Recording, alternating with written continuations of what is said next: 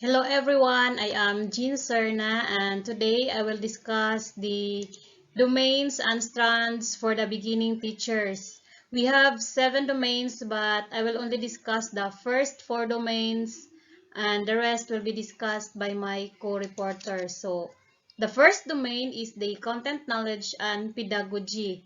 And when we say content knowledge, this refers to the body of knowledge and information that teachers teach and students are expected to learn in each subject or content areas. And when we say pedagogy, this refers to the method and practice or approach of teaching. So the first strand is content knowledge and its application within and across curriculum areas.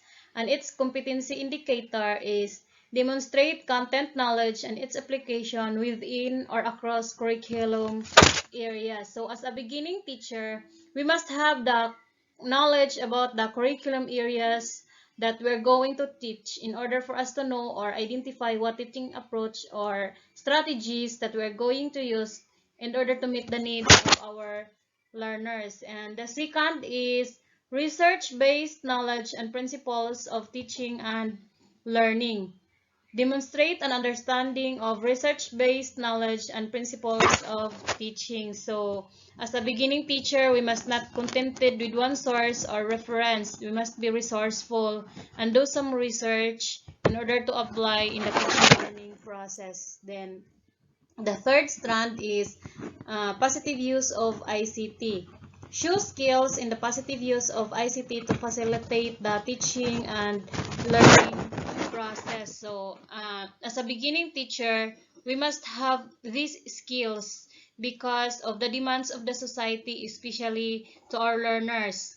Because this could enhance the teaching learning process, especially nowadays that we are in the online teaching and learning. So, and the fourth strand is strategies for promoting literacy and numeracy. Demonstrate knowledge of teaching strategies that promote literacy and numeracy skills. Then number 5, strategies of developing critical and creative thinking as well as other higher order thinking skills. Apply teaching strategies that develop critical and creative and or other higher order thinking skills. So, example of these strategies of developing critical and creative thinking skills is visualizing or questioning. Then, number 6 is mother tongue, Filipino, and English in teaching and learning.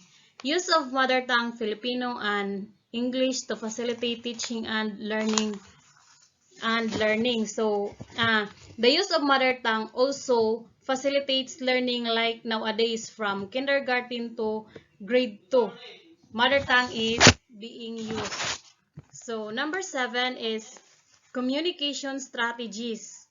Demonstrate an understanding of the range of verbal and nonverbal classroom communication strategies that support learner understanding, participation, and engagement and achievement. So, some classroom communication strategies are encourage teamwork, create a safe environment, and be sure to give positive feedback.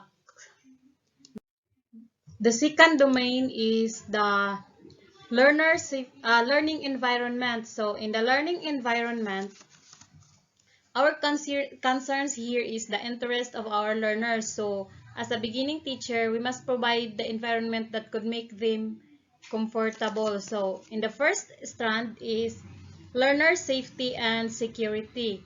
And its competency indicator is demonstrate knowledge of policies, guidelines, and procedures that provide safe and secure learning environment. So as a beginning teacher, our first concern at school is the learner safety and security. So we must demonstrate knowledge of policies, guidelines, and procedures that provide safe and secure learning environment. Then the second one is fair learning environment.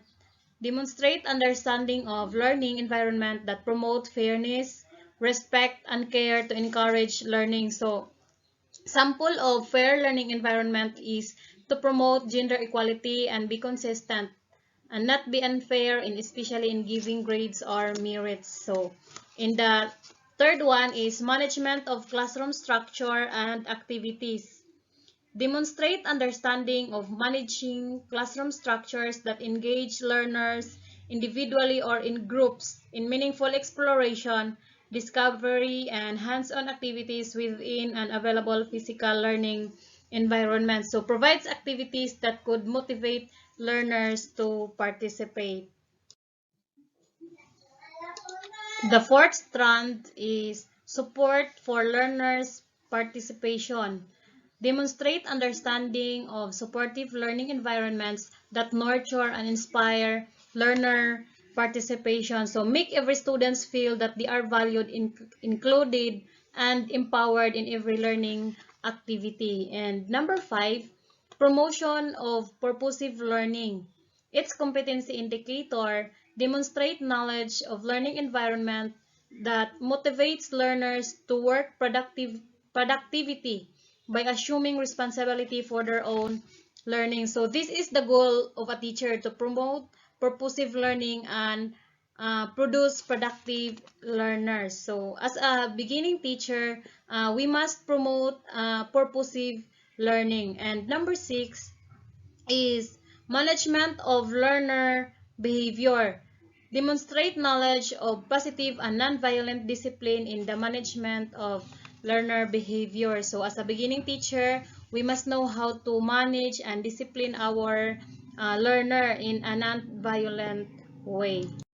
And then the next domain, the third domain, is diversity of learners. So we all know that our learners comes from different families, environments. So we expect that our learners also have diverse attitude. So in the first strand, learners, gender, needs, strength, interest, and experiences. So as its competency indicator is demonstrate knowledge and understanding of differential teaching to suit the learner's gender needs, strength, interest, and experiences. So as a beginning teacher, we must know and understand that our students have different learning styles. So we must find ideas and strategies to suit their learning styles and needs.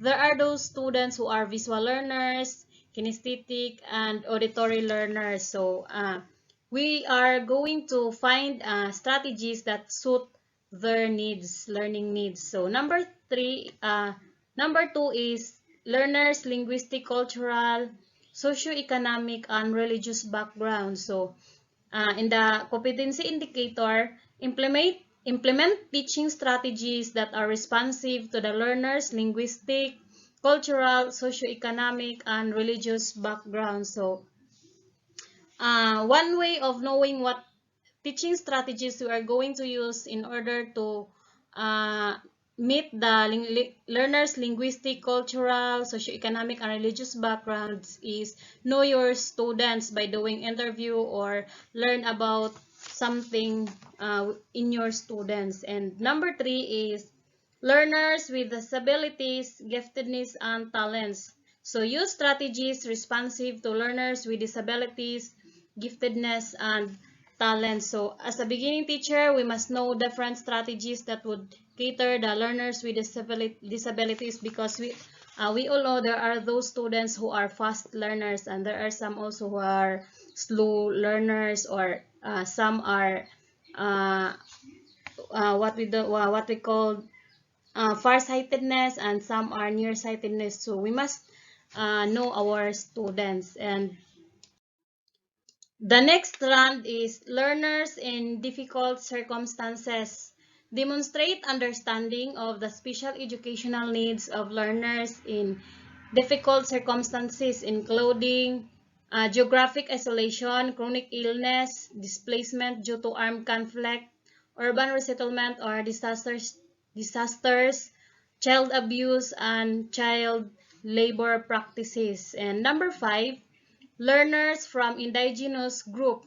Demonstrate knowledge of teaching strategies that are inclusive of learners from indigenous groups. So acknowledge the needs of the learners to find a place or belongingness within the class and provide students opportunities to participate in spite of their culture. So respect the culture of each students. And the fourth domain is the curriculum planning. So in the curriculum planning, it is important because we need to know that we are in the right track. So the first strand is planning and management of teaching and learning process, and its competency indicator is prepare developmentally sequenced teaching and learning process to meet curriculum requirements. So planning is the foundation of all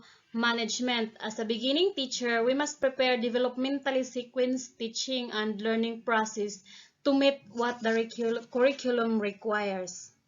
And number two, learning outcomes aligned with learning competencies. So identify learning outcomes that are aligned with learning competencies. For example, our learning competency is demonstrate good presentation skills. So our learning outcomes, the students also could make a presentation to their peers. And the next strand is professional collaboration to enrich teaching practice.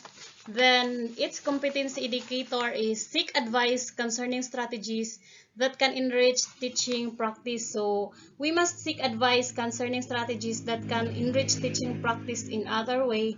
It could hone our personal and professional competency as a teacher. So, and number five, teaching and learning resources, including ICT, show skills in the selection, development, and use of variety of teaching and learning outcomes, including ICT to address learning goals. So, we must have the skills, including ICT skills, especially nowadays that we are in the online teaching and learning process. So we must have these skills in order to address the learning goals. And that would be all. Thank you and God bless.